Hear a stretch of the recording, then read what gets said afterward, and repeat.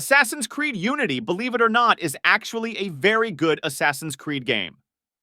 You probably wouldn't know it just because this game was the subject of so much ridicule when it first launched, and rightly so, this 2014 game release. And it was supposed to be the first big next-generation Assassin's Creed game. It was the first one fully made completely just for the newer PlayStation 4 and Xbox One generation, and it had a lot of problems when it launched. This game was an absolute mess. It was memed to all hell for being riddled with bugs, all sorts of lag problems, graphical issues, characters, T-posing. You've probably seen the image of people's faces missing in the game with just like eyeballs or floating teeth. This thing was a hot mess. The technical problems were so bad that it caused some serious damage to the series' reputation for quite some time. But now, in 2023, with hindsight and a lot of the technical issues with the game solved, Assassin's Creed Unity is actually really good. It's like one of the last mainline traditional Assassin's Creed games with that old style. But it had some updated combat, some deeper elements to just the world and the way you'd actually go about stealth encounters.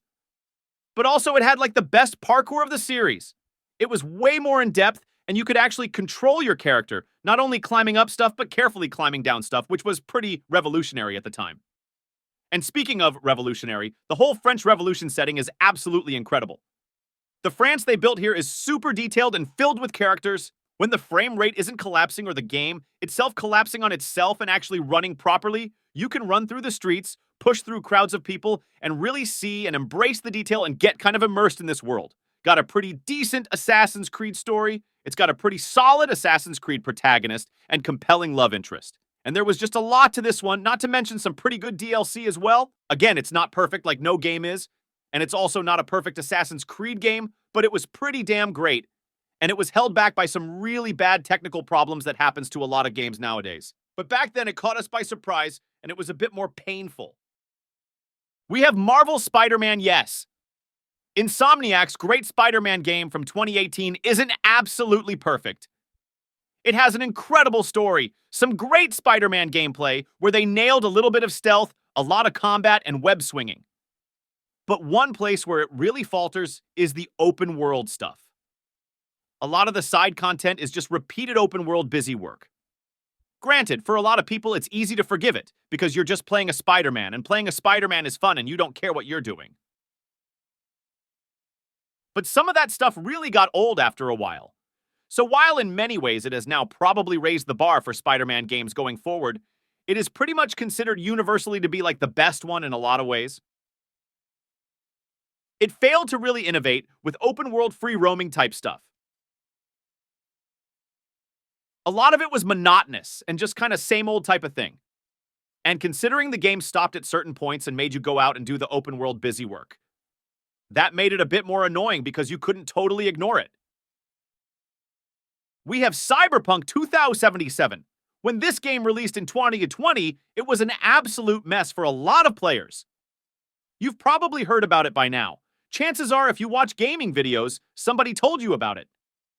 Cyberpunk 2077 had graphical issues, real technical problems with the gameplay, poor AI. This thing was an absolute mess, and it shouldn't have really been released in the state it was. This damaged the reputation of the game and developer CD Projekt Red, who had been beloved at this point for The Witcher 3.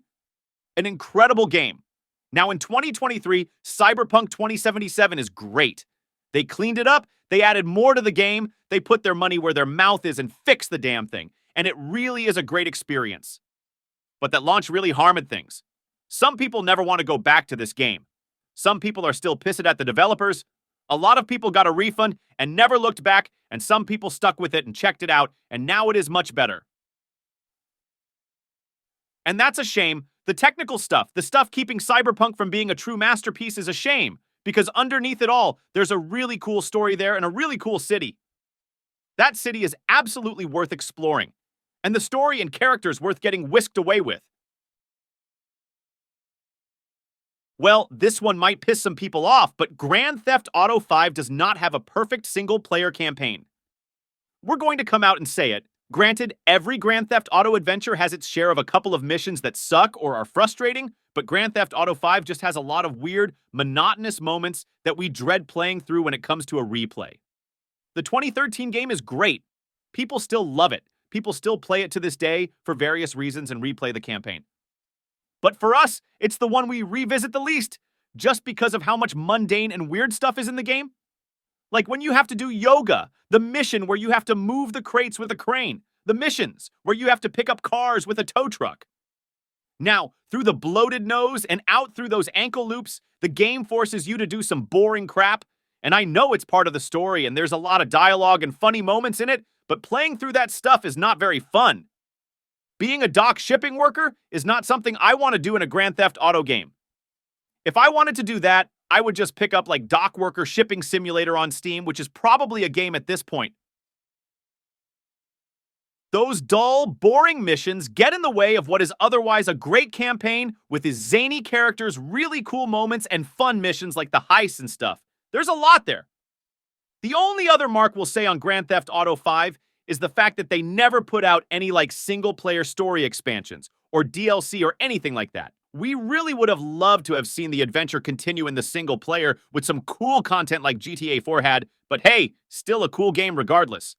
We have Metal Gear Solid 5: The Phantom Pain. Now, you probably know what we're going to say about this one if you've played it, but hey, let's talk. Metal Gear Solid 5: The Phantom Pain is a pretty much perfect stealth game. It really takes great stealth and sneaking game mechanics, and it applies it to an open-world formula perfectly. It does not feel forced as an open-world game. Just take the Metal Gear Solid formula and plop it into another generic open-world game. No, they made stealth dynamic and complex and give the player a ton of choice and freedom as to how they tackle objectives in semi-open worlds. It's really, really fun to play. And so satisfying. From the main character's movement to the amount of pools you have at your disposal to different times of day. The behavior of the artificial intelligence, the enemies don't leave bodies out in the open, find some place to drop them out of sight. There's a lot here, and it makes for an incredible stealth experience. Top tier. I mean, the Metal Gear games are considered the grandfather of stealth video games for a reason. The only problem is the other thing about Metal Gear Solid games that is great is the story. Metal Gear Solid games from the original Metal Gear Solid in 1998 are brimming with cutscenes, compelling characters, great writing and story. And Metal Gear Solid 5 unfortunately drops a ball with that. There's just not enough story here.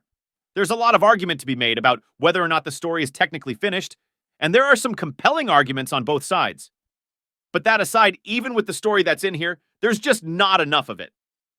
And we wanted more. We wanted to hear more from Big Boss. We wanted to hear more about this time period, specifically in the lore, in the canon of Metal Gear Solid. And unfortunately, there's not enough, and we're just left with a ton of questions still to this day. Granted, there's a lot more to talk about this one behind the scenes if you want to get in depth with the Metal Gear Solid nerd stuff. But still, at the end of the day, there are just characters that we wanted to hear more from, a bad guy we wanted to know more about, and we didn't quite get a ton of resolution. Metal Gear Solid games often have perfect story and gameplay, and this one falls a little bit short on the perfect story standpoint. But still, it is absolutely great.